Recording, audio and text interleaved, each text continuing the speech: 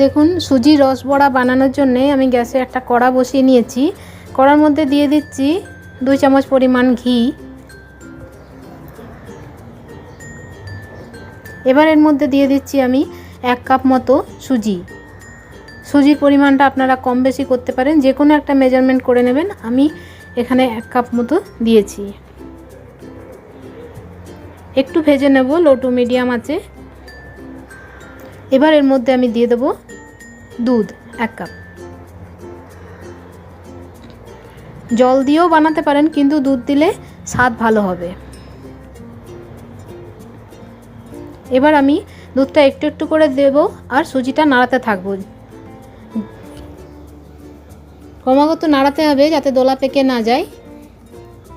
একটা smooth do তৈরি করতে হবে। দেখুন এইভাবে নাড়াতে নাড়াতে ডোগুলো ছোট ছোট যদি লাম্পস থাকে সেগুলো ভেঙে দিতে হবে।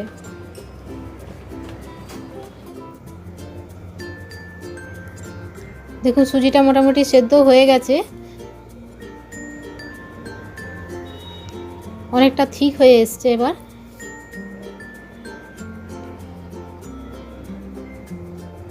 দেখুন ডোটা মোটামুটি তৈরি হয়ে গেছে। এবার গ্যাসের ফ্লেমটাকে আমি অফ করে দিলাম। এবার ডোটাকে আমি একটা প্লেটের মধ্যে নিয়ে নিচ্ছি। ডোটা এখন অনেক গরম আছে, যার জন্য এটা একটু ঠান্ডা করে নেব। ততক্ষণে আমি চিনির সিরাপটা তৈরি করে নিচ্ছি। একটা প্যান বসিয়ে দিয়েছি, ওর মধ্যে নিয়ে নিলাম আমি 1 কাপ মতো চিনি আর দেব 1 কাপ জল।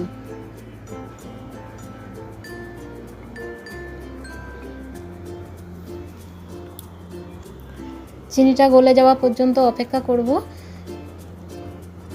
চিনিটা মোটামুটি গলে গেছে। আর ফ্লেভারের জন্য দিয়ে দিলাম আমি 2টো এলাচি।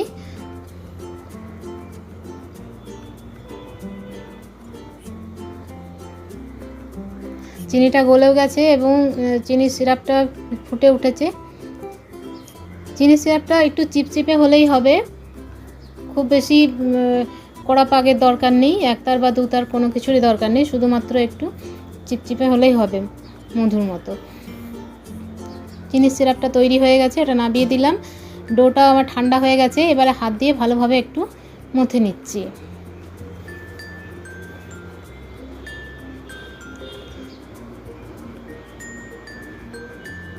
এবার আমি এর মধ্যে দিয়ে দিচ্ছি 1/4 চামচ বেকিং সোডা আর দিচ্ছি 2 চামচ পরিমাণ মিল্ক পাউডার। গুঁড়ো দুধ দিয়ে দিলাম। ডোটা একটু শক্ত আছে, তার জন্য আমি একটু লিকুইড দুধ দিয়ে দিলাম। 1 থেকে 2 চামচ মতো দেওয়া যায়। আমি 1 চামচ দিয়েছি, দিয়ে ভালোভাবে মাখিয়ে নেব। দেখুন একেবারে স্মুথ করে নিতে হবে, তা না হলে কিন্তু যে বড়াগুলো আমি বানাবো সেগুলো ফেটে যাবে।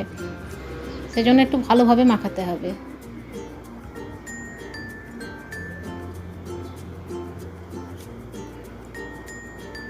দেখুন ডোটা বেশ স্মুথ করে মাখিয়ে নিয়েছি। এবার এটা থেকে আমি ছোট ছোট লেচি আকারে কেটে নিচ্ছি। দেখুন এভাবে বড়া শেপ দিয়ে দিচ্ছি। দেখুন কি সুন্দর হয়েছে।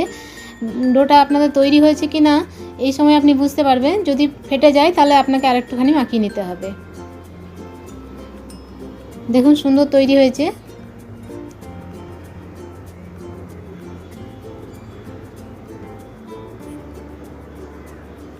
খুবই সহজে তৈরি হয়ে যায় এবং খেতেও বেশ সুস্বাদু হয়। মুখে দিলে একেবারে মিলিয়ে যাবে। আমার সমস্ত বড়াগুলো তৈরি হয়ে গেছে। একটা ছোট মতো তৈরি করেছি। দেখুন তেল আমি ডিপ ফ্রাই করার জন্য বসিয়েছি, আর ওর মধ্যে দিয়ে দিলাম 1 চামচ মতো ঘি। ঘি দিলে একটু স্মেলটা ভালো আসবে। আর ছোট্ট মতো যে লেচিটা বানিয়েছিলাম সেটা দিয়ে একটু চেক করে দেখলাম যে বড়াটা ফেটে যাচ্ছে কি না, কিন্তু ফাটেনি, সব সুন্দর আছে। এভাবে এক এক করে আমি বড়াগুলো দেব।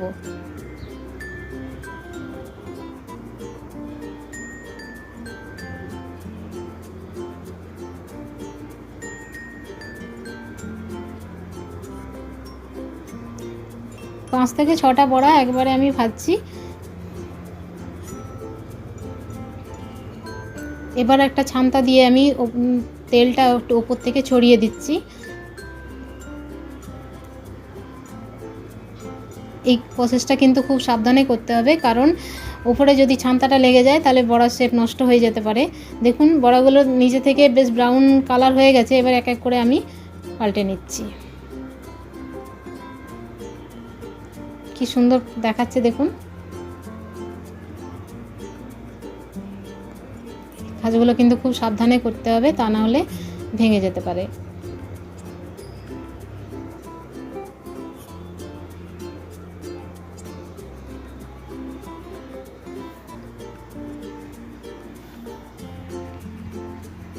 এভাবে এপিট ওপিট ভালোভাবে গোল্ডেন ব্রাউন হয়ে গেলে তুলে নিতে হবে। দেখুন আমি 2 পিঠে সুন্দর ভেজে নিয়েছি।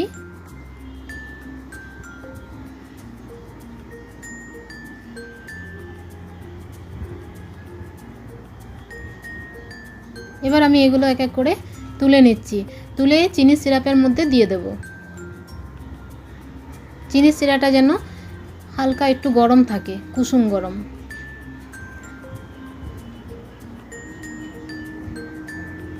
বাকি যে ডোটা ছিল, বড়াগুলো বানানো ছিল, সেগুলো দিয়ে দিচ্ছি। সেম পদ্ধতিতে আবারও ভেজে নিচ্ছি।